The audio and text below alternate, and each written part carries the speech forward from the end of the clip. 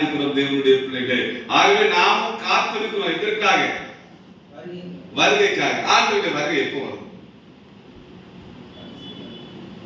அது எனக்கு தெரியும் எப்போ வரும். சொல்லட்டுமா? சொல்ல முடியாது. நான் டேட் தரேன் உங்களுக்கு.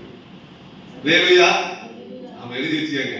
ஆண்டவருடைய வருகை எப்போன்னா ராஜ்யத்தில் எங்கும் சுவிசேஷம் அறிவிக்கப்படும். வேலையா ஆமா, அவருடைய வருகை எப்படி இருக்குமா? கிழக்குல இருந்து மின்னல் தோன்றி மறைகிற மாதிரி இருக்கும். ஆண்டவருடைய வருகை எப்படி இருக்குன்னா திருட வருகிற மாதிரி இருக்கும். திருட சொல்லிட்டு வருவாப்ல. ஆகையினால ஆண்டவர் அம்மையான அம்மா சொல்லி டேட் சொல்ல முடியாது. ஆனா வருகை இப்பொழுது ஆனாலும் வரலாம். அதற்கு நாம் காத்திருந்து ஆயத்தப்பட வேண்டும். அல்லேலூயா, ஆமென், ஸ்தோத்திரம். ஆகவே தேவ வருகைக்காக நாம் ஒவ்வொருவரும் காத்திருக்க வேண்டும். தேவ பிரியமானவர்களே, அதனால நாம காத்திருந்தாதான் பெற்றுக்கொள்ள முடியும். ஒருவேளை நீங்க நினைக்கலாம், நான் ஆண்டவரை ஆராதிக்கிறேனே, அவரை சேவிக்கிறேனே, அவரை தொழுது கொண்டிருக்கிறேனே, எனக்கு ஏன் இந்த வேதனை, எனக்கு ஏன் இந்த பாடுகள், எனக்கு ஏன் இந்த வியாதிகள், எனக்கு ஏன் இந்த கண்ணீர், எனக்கு ஏன் இந்த நிந்தனை, இதிலிருந்து எனக்கு விடுதலை கிடைக்காதா என்று சொல்லி நிச்சயம் ஆண்டவர் அற்புதத்தை செய்வார். நீங்க விசுவாசிப்பீங்கன்னா, நீங்க நம்புவீங்கன்னா, வனாந்தரத்திலே 2 பிளக்க செய்த ஆண்டவர், ஆமென், வானத்திலிருந்து மன்னாவை கொடுத்த ஆண்டவர் இன்றைக்கு ஆமென் உங்களோடு பேசுகிறது என்னன்னு சொன்னா, நிச்சயம் உங்களுடைய வாழ்க்கையுடைய ஆமென் தடைகள் ஆமென் உடைக்கப்படும். ஆண்டவர் வழியை உண்டாக்குவார். ஆண்டவர் ஆசீர்வாதத்தை கொடுப்பார். ஆண்டவர் என்னை ஆசீர்வதிப்பார் சொல்ற மாத்திரம் ஆண்டவர் சங்கத்துல கரங்களை தட்டி ஆண்டவரை மகிமைப்படுத்தலாமா? அவர் நம்பி இருக்கிற ஒருவரை வெட்கப்படுத்த மாட்டார். அல்லேலூயா, அருமையான ஐயாக்களை சாட்சி சொன்னாங்க.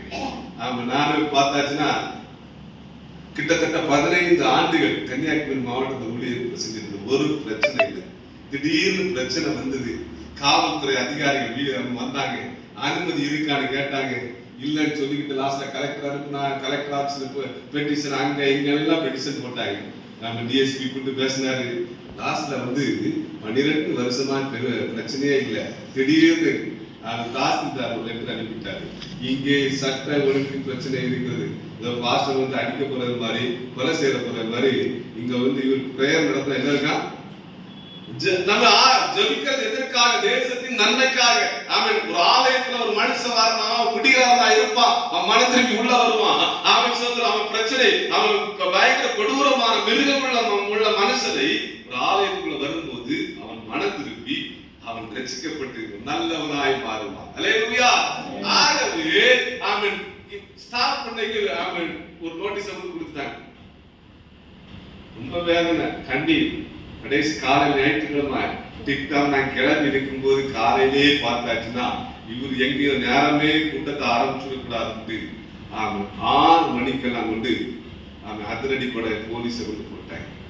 கூட்டம் நடத்தின அரசு பிரியமானவர்கள் கண்ணீர், வேதனை, நிந்தை நடத்தல.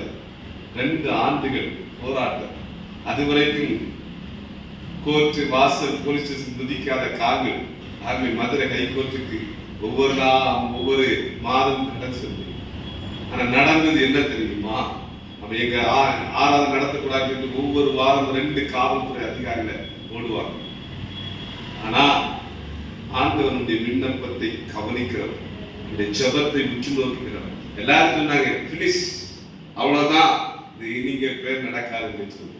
இன்றைக்கு ஆண்டவர் அந்த இடத்துல ஒரு கைகோர்ட்டு ஆர்டர் கிடைக்கவும் எந்த இடத்துல நடத்தக்கூடாதுன்னா அதே இடத்துல 2 காவல்துறை அதிகாரிகள் காவலுக்கு 2 கூட்டத்தை துவங்க செய்தார். கரங்களை தட்டி ஆண்டவருக்கு நன்றி சொல்லலாம்.